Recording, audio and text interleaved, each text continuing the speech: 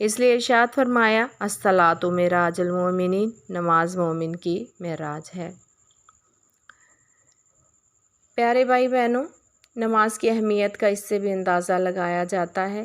کہ تمام احکامات زمین پر ملے مگر نماز کا تحفہ لامقام بلا کر دیا گیا۔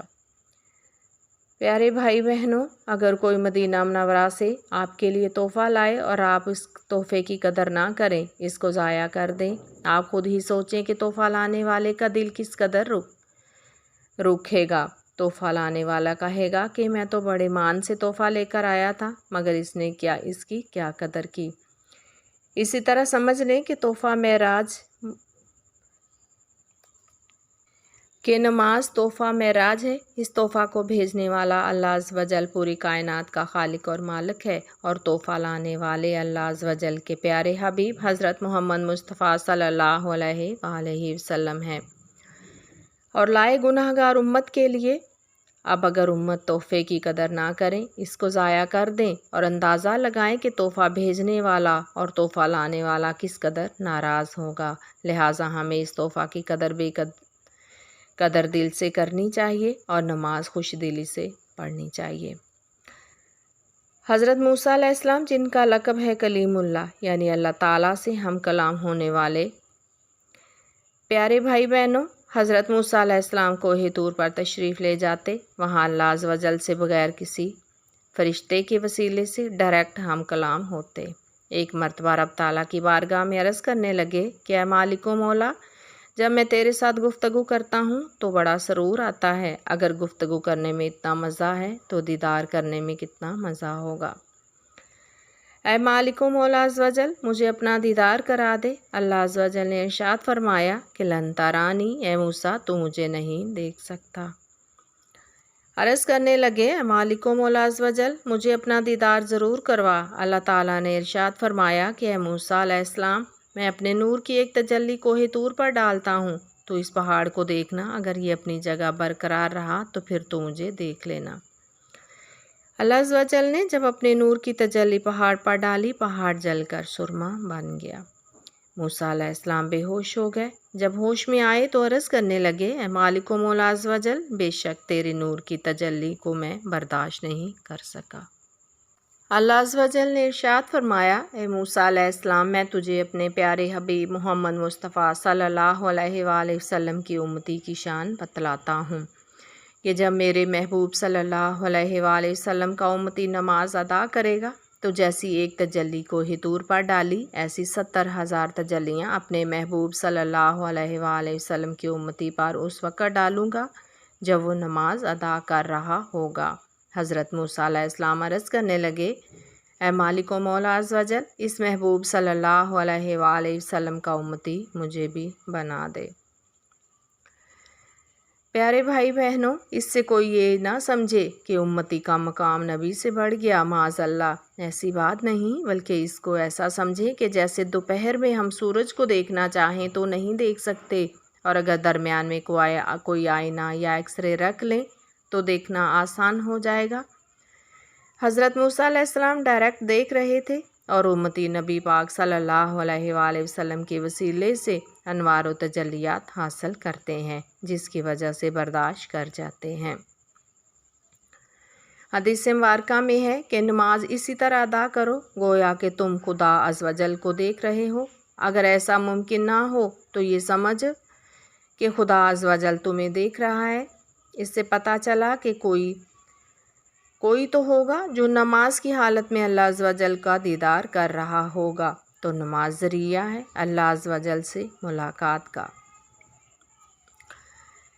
پیارے بھائی بہنوں، جب ہم کہیں جائیں تو سلام کرتے ہیں، یا کہیں سے واپس آئیں تو سلام کریں، لیکن ایک بندہ نماز ادا کر رہا ہے، ہمارے سامنے ہی موجود ہے، پھر اچانک نماز کے اختتام پر دونوں طرف منہ کر کے سلام کرتا ہے،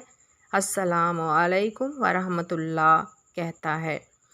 کبھی اس پر غور کیا کہ ایسا کیوں ہے؟ حدیث مبارکہ میں ہے کہ اللہ عز و جل جس کی بھلائی چاہتا ہے اس کو دین میں غور و فکر کی دولت عطا فرماتا ہے۔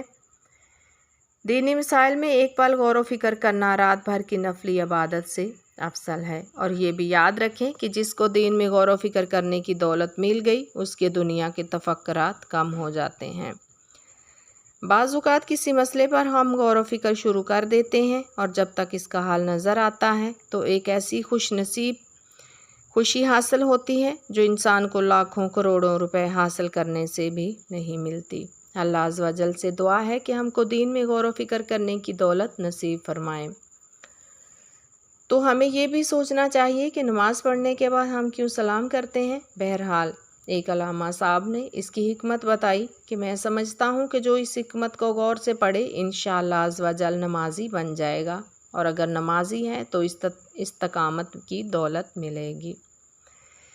تو پیارے بھائی بہنوں، اگر وقت کے صدر سے ملاقات کرنی ہو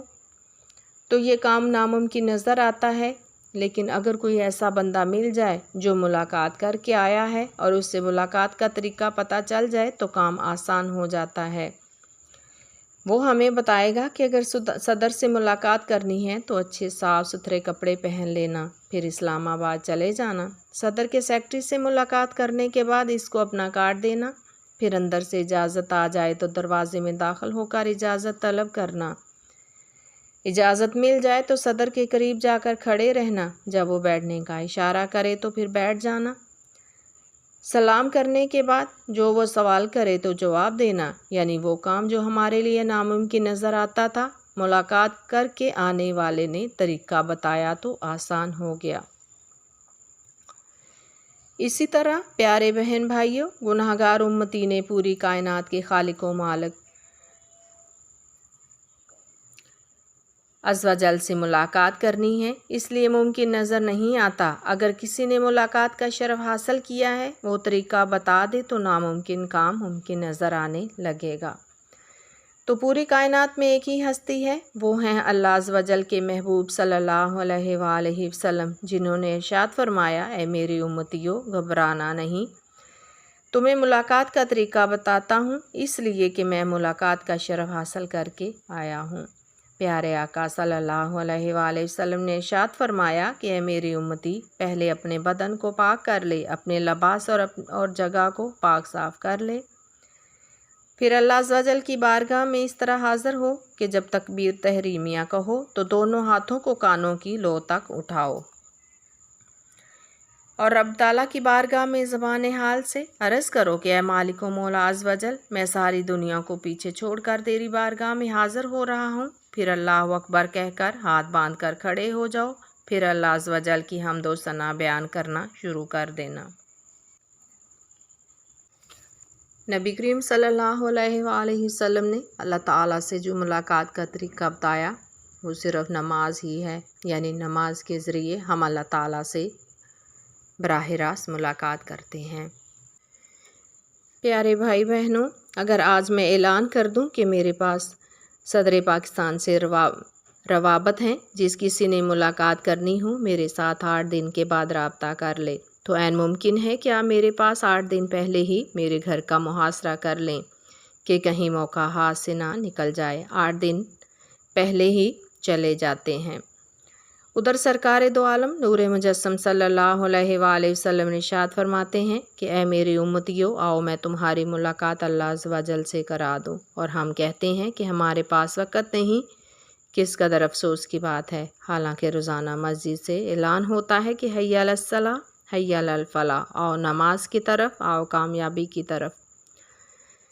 بظاہر تو مؤذن پکار رہا ہوتا ہے، لیکن حقیقت میں وہ اللہ عز و جل کا پیغام سنا رہا ہوتا ہے، رب تعالیٰ کا پیغام ہے، آؤ نماز کے لیے، اور پھر تمہاری بھلائی بھی اسی میں ہے۔